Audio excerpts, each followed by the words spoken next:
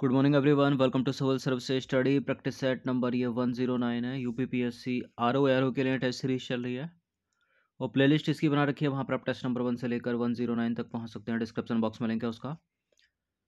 देखिए, कल जहाँ तक हो गया था, कल ज्योग्राफी के सवाल थे फैक्ट वाले। कुछ इंपॉर्टेंट फैक्ट बेस्ड सवाल हैं ये, जो एग्जाम में पूछे जाते हैं बार बार।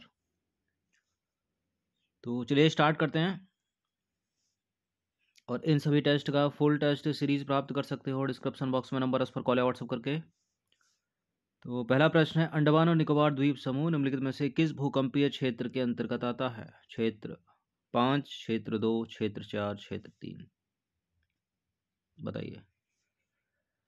क्षेत्र 5 का मतलब यहाँ पर हो जाता है सर्वाधिक भूकंपीय क्षेत्र जो है, ठीक है, जहाँ उत्तराखंड के क्षेत्र, हिमाचल प्रदेश के क्षेत्र, उत्तरी बिहार, ठीक है, जिनमें भूकंप आने की संभावना सर्वाधिक रहती है, ठीक है। तो ये सर्वाधिक यानी अति अधिक जोखिम वाले क्षेत्र के अंतर्गत ही आता है, यानी क्षेत्र 5। सबसे कम क्षेत्र, सब सर्वाधिक क्षेत्र 5 है, और सबसे कम कर पूछ ले तो क्षेत्र 2। देखिए, क्षेत्र 5 में संपूर्ण पूर्वोत्तर क्षेत्र आ गया भारत का।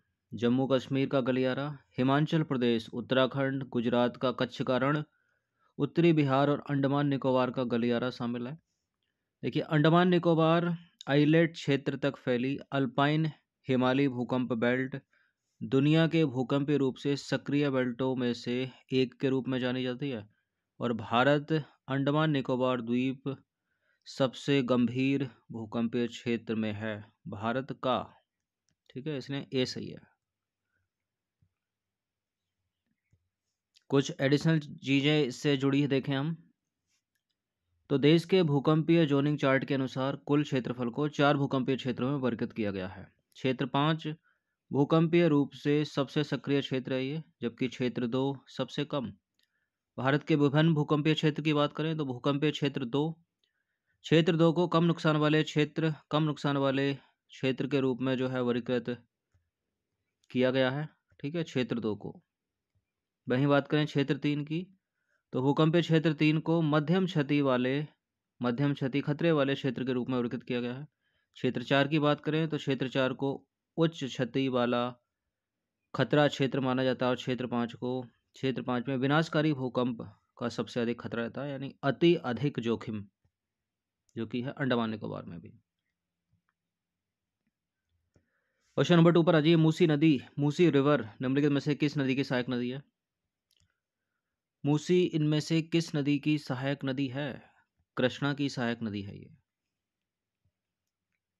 देखिए, मूसी नदी जो है वो तेलंगाना से होकर बहने वाली दक्कन के पठार में कृष्णा की सहायक नदी है। और मूसी नदी को मूसीनुरु, मूसा नदी और मुचुकुंडा के नाम से भी जाना जाता है।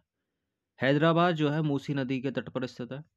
उस्मान सागर और हिमायत सागर जो बांध हैं वो इसी नदी पर बने हैं। हैदराबाद के लिए पानी के स्रोत के रूप में काम करते हैं दोनों बांध। ये नंबर है, इस पर कॉल या व्हाट्सएप करके आप यूपीपीसीएस और आरओ दोनों की फुल टेस्ट सीरीज प्राप्त कर सकते हैं, यानी पेड टेलीग्राम ग्रुप से जुड़ सकते हैं। क्वेश्चन नंबर 3 पर आ जाइए। कोरबा ताप विद्युत केंद्र स्थित है कहाँ पर? कोरबा ताप विद्युत केंद्र है छत्तीसगढ़ में, सी है इसका आंसर। तो कोरबा ताप विद्युत केंद्र कहाँ पर है? छत्तीसगढ़ में। कुछ महत्वपूर्ण संयंत्र, ये स्थान है, इनको याद रखिएगा। एक है विंध्याचल ताप विद्युत केंद्र, ये मध्य प्रदेश में। रिहंद ताप विद्युत केंद्र उत्तर प्रदेश। सिंगरौली सुपर ताप विद्युत केंद्र उत्तर प्रदेश। और तालचेर सुपर ताप विद्युत केंद्र उड़ीसा में है। और सटरलाइट झारसुगुड़ा ताप विद्युत केंद्र, ये भी उड़ीसा में है। मेजिया ताप विद्युत केंद्र, यह है पश्चिम बंगाल में। और सूरतगढ़ सुपर ताप विद्युत केंद्र राजस्थान में। इंदिरा गांधी सुपर ताप विद्युत परियोजना हरियाणा। मुद्रा ताप विद्युत केंद्र गुजरात में। और है कोरबा सुपर ताप विद्युत केंद्र, जो आंसर भी है, छत्तीसगढ़ में। क्वेश्चन नंबर 4 पर आ जाइए। गुजरात से अरुणाचल प्रदेश तक का अनुमानित समय अंतराल घंटों में क्या है? ये तो आपको पता ही होगा कि भारत का सबसे पूर्वी जो राज्य है वो अरुणाचल प्रदेश है, और सबसे पश्चिमी गुजरात है, ठीक है। अब इनके बीच का जो समय अंतराल है वो है कितना? 2 घंटे का अंतर है, ठीक है। यानी जो सूरज यहाँ निकलेगा वो 2 घंटे के बाद यहाँ निकलेगा। देखिए, भारत का जो सबसे पश्चिमी देशांतर है वो है गुजरात राज्य, और भारत का पश्चिमी देशांतर कितना है? 68.7 पूर्व पर स्थित है, ठीक है। और भारत का जो सबसे पूर्वी देशांतर है वो अरुणाचल प्रदेश, ठीक है, अरुणाचल प्रदेश राज्य में स्थित है। और भारत का पूर्वी देशांतर 97 डिग्री पश्चिम पूर्व पर स्थित है। और दो देशांतरों के बीच का जो अंतर है वो कितना है? 4 मिनट का है। तो गुजरात से अरुणाचल प्रदेश के बीच का अंतर लगभग कितना हो गया? 29 देशांतर, ठीक है। और गुजरात से अरुणाचल प्रदेश के बीच का अंतर कितना हो गया? 29 गुणा 4, 116 मिनट। यानी गुजरात से अरुणाचल प्रदेश का जो अनुमानित समय अंतराल कितना हो गया? 2 घंटे का। क्वेश्चन नंबर 5 पर आ जाइए। 2011 की जनगणना के अनुसार भारत में सबसे अधिक आबादी वाला मेट्रो शहर कौन सा है इनमें से? कौन सा है? कलकत्ता है, मुंबई? देखिए, दिल्ली और चेन्नई में से तो आंसर है नहीं, इसका उत्तर है मुंबई। तो 2011 की जनगणना के अंतिम आंकड़ों के अनुसार मुंबई जो है सबसे अधिक आबादी वाला मेट्रो शहर है। इसकी आबादी कितनी है उस समय? 18 करोड़, ठीक है। 39 लाख 1 करोड़ 83,94,392 है, ठीक है। इसके बाद दिल्ली है, उसके बाद कलकत्ता है, और कलकत्ता के बाद है चौथा चेन्नई। कुछ एडिशनल इन्फॉर्मेशन देखें तो संपूर्ण देश की 16.5% आबादी के साथ उत्तर प्रदेश भारत का सबसे अधिक आबादी वाला राज्य है। बिहार और महाराष्ट्र अन्य दो राज्य हैं जिनकी आबादी 100 मिलियन से अधिक है। लक्षद्वीप जो है सबसे कम आबादी वाला केंद्र शासित प्रदेश है। और भारत में पहली जनगणना जो हुई थी वो 1872 में हुई थी। और इसे हर 10 वर्ष में जो है आयोजित किया जाता है जनगणना को, ठीक है। चलिए, क्वेश्चन नंबर 6 पर आ जाइए। निम्नलिखित में से कौन सी फसल खरीफ फसलों का उदाहरण है? चना, कपास, मटर, गेहूं। खरीफ फसलों का उदाहरण है इसमें मटर, कपास। चना रबी की है, मटर रबी की है, गेहूं जो है वो रबी की है। तो कपास खरीफ की फसल है और इसे परिपक्व होने के लिए 6 से 8 महीने की आवश्यकता होती है। और कपास पानी वाली फसल है और सिंचाई के लिए लगभग 6% पानी का उपयोग इसकी खेती के लिए किया जाता है। और यह देश के प्रमुख हिस्सों जैसे कि पंजाब, हरियाणा, राजस्थान, उत्तर प्रदेश, मध्य प्रदेश, गुजरात, महाराष्ट्र, आंध्र प्रदेश और कर्नाटक के कुछ हिस्सों में बोई जाती है। देखिए, मार्च से मई तक सिंचित फसल की कटाई की जाती है और मानसून के शुरू होने के साथ जून जुलाई में बारिश में जो है फसल बोई जाती है। खरीफ फसलों को मानसूनी फसलों के रूप में भी जाना जाता है क्योंकि मानसून के मौसम में जो है इनकी खेती की जाती है और ये फसलें बारिश के मौसम की शुरुआत में बोई जाती हैं। खरीफ फसलों में कौन कौन फसलें आती हैं? चावल, मक्का, बाजरा, रागी, चारा यानी सोरगम, सोयाबीन, मूंगफली और कपास। ये इंपॉर्टेंट है, याद रखिएगा। इसके अतिरिक्त जायद ऋतु होती है, रबी ऋतु होती है। जायद की बात करें तो खरीफ और रबी मौसम के बीच का एक छोटा मौसम है और इस मौसम में उगाई जाने वाली फसलों को जायद फसलों के रूप में जाना जाता है। कद्दू होगी, ककड़ी होगी, तरबूज होगी, करेला आदि सभी फसलें जो है वो जायद की फसलें हैं। रबी मौसम की बात करें तो ये वे फसलें हैं जो मानसून के मौसम के अंत में या सर्दियों के मौसम की शुरुआत में बोई जाती हैं। इन फसलों को सर्दियों की फसलों के रूप में भी जाना जाता है। गेहूं हो गया, सरसों हो गया, मटर हो गया, दलहन हो गया, जो हो गया, ये सभी आदि रबी की फसलें हैं। क्वेश्चन नंबर 7 पर आ जाइए। कौन सा राज्य म्यांमार के साथ अपनी सीमा साझी नहीं करता है? म्यांमार के साथ सीमा साझी करता है अरुणाचल प्रदेश, मिजोरम, मणिपुर। सिक्किम नहीं करता। सिक्किम कहाँ है? ऊपर। तो सिक्किम जो है वो भूटान के साथ, चीन के साथ और नेपाल के साथ अंतर्राष्ट्रीय सीमा साझी करता है। बाकी म्यांमार के साथ जो अपनी अंतर्राष्ट्रीय सीमा साझी करते हैं वो है मिजोरम, मणिपुर, नागालैंड और अरुणाचल प्रदेश। क्वेश्चन नंबर 8 पर आ जाइए। उड़ीसा में लौह अयस्क कहाँ स्थित है? मयूरभंज जिला और कंदूझर जिला, ये दोनों के दोनों, या कोरापुट जिला। उड़ीसा में जो लौह अयस्क है वो है मयूरभंज जिले में और कंदूझर जिले में। तो ए और बी इसका आंसर हो गया सी। तो मयूरभंज और कंदूझर यानी केवझर जिला जो है लौह अयस्क की उपस्थिति वाले बेल्ट का हिस्सा है और बादाम पहाड़ खान जो है वो यहीं स्थित है। उच्च वर्ग के लौह अयस्क को पारादीप बंदरगाह के माध्यम से यहाँ से निर्यात किया जाता है। क्वेश्चन नंबर 9 पर आ जाइए। जोजिला दर्रा किस पर्वत श्रृंखला में स्थित है? जोजिला दर्रा इनमें से किस पर्वत श्रृंखला में स्थित है बताइए। जास्कर श्रृंखला में, ठीक है। तो जोजिला दर्रे की बात करें तो ये भारतीय केंद्र शासित प्रदेश लद्दाख की जास्कर श्रृंखला में स्थित है और श्रीनगर से लेह जाने का जो सड़क मार्ग है वो इसी दर्रे से होकर जाता है और इसे सिंधु नदी द्वारा बनाया गया है जोजिला दर्रे को। देखिए कुछ एक चीज़ इंपॉर्टेंट है यहाँ पर, कभी कभी एग्जाम में पूछ लेता है उत्तर से दक्षिण तक हिमालय पर्वतमाला का क्रम पूछ लेता है, तो उसका ट्रिक याद रखिएगा, ठीक है। नॉर्थ टू साउथ जो हिमालय पर्वतमाला सबसे ऊपर काराकोरम है, उसके नीचे जास्कर है, जास्कर के नीचे धौलाधर और उसके नीचे शिवालिक है, ठीक है। इसकी ट्रिक है क्यों जाके धुला शिवालिक, ठीक है, क्यों जाके धुला शिवालिक, तो क्यों मतलब काराकोरम, जाके जास्कर, धुला धौलाधर और शिवालिक टू शिवालिक, ऐसे याद रखिए, खुद भी बना सकते हैं। बाकी कुछ इंपॉर्टेंट दर्रे जो एग्जाम में रिपीट होते रहते हैं, जैसे नाथुला दर्रा, जेलेपला दर्रा सिक्किम का, रोहतांग दर्रा, बारा दर्रा और शिपकिला दर्रा हिमाचल प्रदेश का है, दीपू दर्रा, बोमडिला दर्रा, लिखापानी दर्रा और पेंगसन दर्रा ये अरुणाचल प्रदेश का है। मैच करने के लिए पूछ लेता है एग्जाम में। क्वेश्चन नंबर 10 पर आ जाइए। निम्नलिखित में से कौन सा राज्य उत्तर पूर्व की 7 बहनों का हिस्सा नहीं है, यानी 7 सिस्टर का हिस्सा नहीं है। ये प्रश्न पूछा तो गया कई बार, बहुत आसान सा प्रश्न है, ठीक है। जो 7 सिस्टर में शामिल यहाँ ऊपर जो सिक्किम है वही नहीं है, तो सिक्किम नहीं है, बाकी मेघालय है, अरुणाचल प्रदेश है, असम है, ठीक है, त्रिपुरा है, सारे हैं नॉर्थ ईस्ट के। तो उत्तर से दक्षिण तक भारत की जो 7 बहन, अरुणाचल प्रदेश, असम, मेघालय, नागालैंड, मणिपुर, त्रिपुरा और मिजोरम, ठीक है।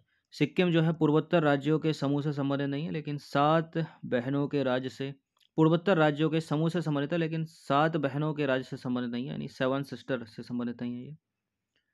सिक्किम को 7 बहनों राज्यों के जो है एकमात्र भाई भी कहा जाता है इसको, और 7 बहनों के राज्य का जो कुल क्षेत्रफल है वो है 2,55,511 वर्ग किलोमीटर, और यह भारत के कुल क्षेत्रफल का कितना है, 7% है मात्र। और 2011 की जनगणना के अनुसार 7 बहनों की कुल जनसंख्या कितनी है, 44.98 मिलियन, जो भारत की कुल आबादी का लगभग 3.7% है। और 1992 में, ये चीज़ इंपॉर्टेंट है, 1972 में ज्योति प्रसाद साइका द्वारा 7 बहनों की भूमि शब्द को गढ़ा गया था। किसके द्वारा, ज्योति प्रसाद साइका के द्वारा। नॉर्थ ईस्ट से ही जुड़े यानी भारत के उत्तर पूर्वी राज्यों से जुड़े कुछ बुलेट पॉइंट्स हैं जो हमेशा याद होने चाहिए आपको। जैसे पूछ ले कि सबसे बड़ा क्षेत्रफल की दृष्टि से कौन है, तो अरुणाचल प्रदेश है। सबसे छोटा कौन है, त्रिपुरा। सबसे अधिक जनसंख्या किसकी, असम की। सबसे कम जनसंख्या किसकी, मिजोरम की। सबसे अधिक जनघनत्व वाला कौन, असम। सबसे कम जनसंख्या घनत्व वाला अरुणाचल प्रदेश, ठीक है। उच्चतम साक्षरता कहाँ पर है, मिजोरम में। सबसे कम साक्षरता कहाँ पर है, अरुणाचल प्रदेश में। विश्व का सबसे बड़ा नदी द्वीप माजुली असम में स्थित है, ठीक है। और भारत का सबसे लंबा जो पुल है असम में लोहित नदी पर बना है, भूपेन हजारिका ब्रिज। इतनी चीज़ें पता होनी चाहिए। क्वेश्चन नंबर 11 पर आ जाइए। पाक्योंग हवाई अड्डा डैश में स्थित है। पाक्योंग हवाई अड्डा है कहाँ पर, सिक्किम का हवाई अड्डा है एकमात्र, ठीक है, भारत का पहला ग्रीनफील्ड। तो पाक्योंग हवाई अड्डा सिक्किम राज्य में स्थित है और यह सिक्किम राज्य का एकमात्र हवाई अड्डा है और पूर्वोत्तर भारत का पहला ग्रीनफील्ड हवाई अड्डा है, इसलिए इम्पोर्टेंट है। इसके अलावा असम में जो हवाई अड्डा है उसका नाम क्या है, लोकप्रिय गोपीनाथ बोरदोलोई अंतर्राष्ट्रीय हवाई अड्डा असम में है। अरुणाचल प्रदेश में जो हवाई अड्डा है वो है पासीघाट हवाई अड्डा, और नागालैंड में का जो हवाई अड्डा है वो है दीमापुर हवाई अड्डा। बाकी सिक्किम में तो है ही पाक्योंग हवाई अड्डा। क्वेश्चन नंबर 2 पर आ जाइए। निम्नलिखित में से कौन ब्रह्मपुत्र की सहायक नदी नहीं है, इनमें से कौन सी ब्रह्मपुत्र की ट्रिब्यूटरी नहीं है, टोन्स, सियांग, तीस्ता, मानस। ब्रह्मपुत्र की सहायक नदी तीस्ता है, सियांग है, मानस तो है ही है, टोन्स नहीं है। टोन्स यमुना की सबसे बड़ी सहायक नदी है। देखिए टोन्स नदी एक प्रमुख 12मासी हिमालय नदी है जो उत्तराखंड के गढ़वाल संभाग से होकर बहती है और हिमाचल प्रदेश को स्पर्श करके जाती है। यह यमुना की सबसे बड़ी सहायक नदी है। इसकी लंबाई 148 किलोमीटर है। इसका उद्गम है बंदर पूंछ पर्वत, और टोन्स नदी उत्तराखंड में देहरादून शहर के पास कलसी के नीचे बहती है। क्वेश्चन नंबर 13 पर आ जाइए। सतलज नदी किस दर्रे से होकर भारत में प्रवेश करती है, सतलज नदी इनमें से किस दर्रे से होकर भारत में प्रवेश करती है, बताइए। शिपकिला दर्रा, हिमाचल प्रदेश। तो शिपकिला दर्रा जो है भारत तिब्बत सीमा पर एक पहाड़ी दर्रा और सीमा चौकी है। सतलज नदी इसी दर्रे से होकर भारत में प्रवेश करती है और शिपकिला दर्रा हिमाचल प्रदेश के किन्नौर जिले में स्थित है। और यह दर्रा सिक्किम में नाथुला और उत्तराखंड के लिपुलेख के बाद तिब्बत के साथ व्यापार के लिए भारत की तीसरी सीमा पोस्ट है। इसके अतिरिक्त जोजिला दर्रा जो ऑप्शन में था वो दुनिया की सबसे खतरनाक पहाड़ी सड़कों में से एक है। ठीक है, नाथुला सिक्किम में जो है पूर्वी हिमालय में एक पहाड़ी दर्रा है, इनको पढ़ लीजिएगा पीडीएफ से।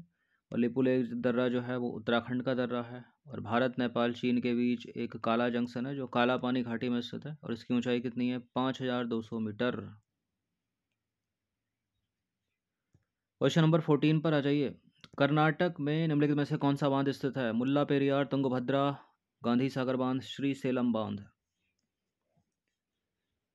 कर्नाटक में जो बांध है वो है तुंगभद्रा बांध।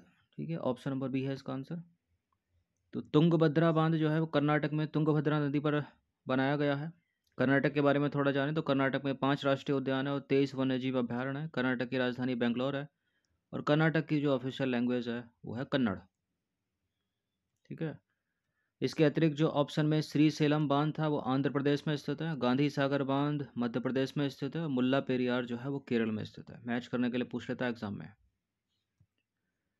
क्वेश्चन नंबर 15 स्टेटमेंट वाला सवाल है। ब्रह्मपुत्र नदी से रिलेटेड 2 स्टेटमेंट है, कौन सा इसमें सही होगा? ब्रह्मपुत्र दुनिया की तीसरी सबसे लंबी नदी है और अरुणाचल प्रदेश में ब्रह्मपुत्र नदी को सियांग या दिहांग के रूप में जाना जाता है या के नाम से जाना जाता है। देखिए, ब्रह्मपुत्र दुनिया की तीसरी सबसे लंबी नदी, फिर अमेजन, नील, यांगटीसी, मिसिसिपी, मिसौरी कहाँ जाएंगी? कोसों दूर है ये तो। ब्रह्मपुत्र दुनिया की 15वीं सबसे लंबी नदी है, तीसरी तो छोड़ो, टॉप 10 में शामिल नहीं है। दूसरा वाला करेक्ट है। अरुणाचल प्रदेश में ब्रह्मपुत्र नदी को सियांग या दिहांग के नाम से जाना जाता है, तो करेक्ट पूछा, अभी करेक्ट है।